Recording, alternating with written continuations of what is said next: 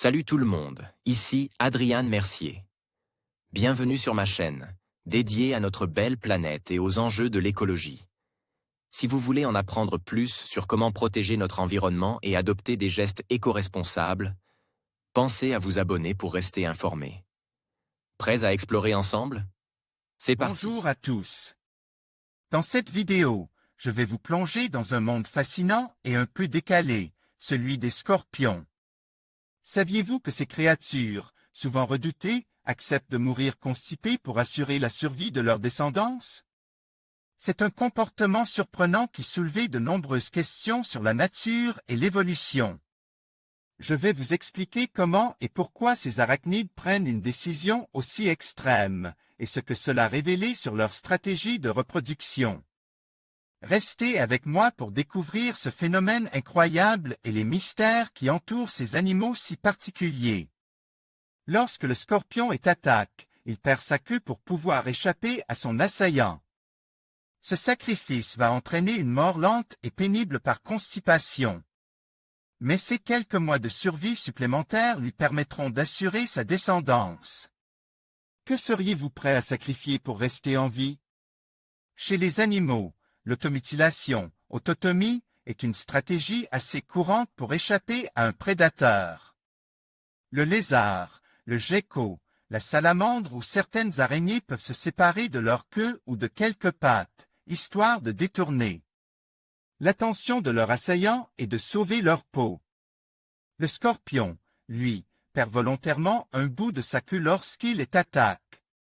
Sauf que, contrairement à la salamandre ou au lézard, dont la queue repousse une fois coupée, le scorpion n'a pas la capacité de régénérer son organe perdu. La perte de l'anus, une conséquence fatale de l'autotomie. Et cela a de fâcheuses conséquences. Le scorpion perd non seulement son dard venimeux, qui lui sert à neutraliser ses proies, mais aussi son anus qui est situé à l'extrémité de sa queue. Lorsque l'extrémité cicatrise, elle anus et bouche et les excréments s'accumulent dans le tube digestif. Après l'autotomie, les scorpions ne défèquent pas et ne peuvent capturer que de petites proies, commente Camillo Mattoni, auteur d'une étude sur ce phénomène parue dans PLOS ONE. La mort est toutefois très lente. Les scorpions peuvent survivre pendant près d'1 an avant de mourir constipés, car les scorpions excrètent naturellement très peu de déchets, explique-t-il. De plus, le scorpion peut évacuer une partie des déchets en procédant à une autotomie supplémentaire d'une autre partie de sa queue. Mais cela ne peut pas se répéter indéfiniment. Le sacrifice du scorpion finit par lui être fatal. Lorsqu'il perd sa queue, le scorpion perd sa capacité à se défendre et à déféquer, mais pas sa capacité reproductive. Camillo Mattoni et al., PLOS ONE, 2015. Avoir une queue amputée ne réduit pas les chances de reproduction. Un sacrifice fatal mais pas vain. Car ces quelques mois de survie supplémentaires vont lui permettre de s'accoupler et de faire ainsi passer ses gènes à sa descendance. Malgré leur handicap, les scorpions mâles sont capables de s'accoupler de manière aussi efficace qu'avant, montre une nouvelle étude parue dans The American Naturalist.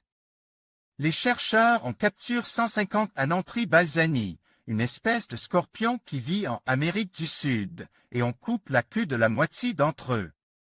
Chez les mâles, l'autotomie n'a aucun effet sur l'efficacité de l'accouplement, constate Solimari Garcia Hernandez, principal auteur de l'étude. Chez la femelle, en revanche, c'est une toute autre histoire, entre l'augmentation de la mortalité et la diminution de la fécondité. Fécondité, celle-ci produit 35% de progéniture en moins. Une différence aussi notée dans l'étude de Camillo Mattoni et qui interroge sur cette inégalité. Un sacrifice plus coûteux chez la femelle. Les auteurs des deux études avancent plusieurs hypothèses. D'une part, chez la femelle, l'autotomie peut réduire l'espace disponible pour les embryons en raison d'une accumulation des excréments dans l'opistosome, la partie postérieure du corps. De plus, les femelles ont besoin de plus de nourriture que les mâles pour le développement embryonnaire pendant la gestation. Or, on l'a vu, les scorpions ramputes ne peuvent plus se nourrir que de petites proies pas très rassasiantes. Enfin, les femelles ont une durée de vie beaucoup plus longue que les mâles. Le coût associé à l'autotomie est donc nettement plus important. D'ailleurs, ce comportement est bien plus fréquent chez les mâles, a constate Camillo Mattoni. D'après son étude, 88% des scorpions mâles perdent leur queue lors d'une attaque, contre 20% du temps chez la femelle. Mourir à petit feu par constipation ne doit certainement pas être agréable.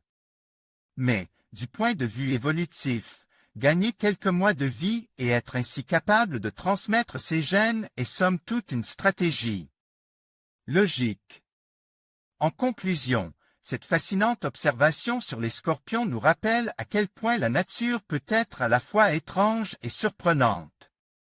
Leur choix de sacrifier leur propre vie pour assurer la survie de leur descendance, même dans des conditions aussi extrêmes que la constipation, témoigne de l'incroyable complexité des comportements animaux. Cela soulevait des questions profondes sur l'évolution et les stratégies de survie dans le règne animal. Merci de nous avoir accompagnés dans cette exploration de la science décalée, et n'oubliez pas de vous abonner pour d'autres découvertes étonnantes.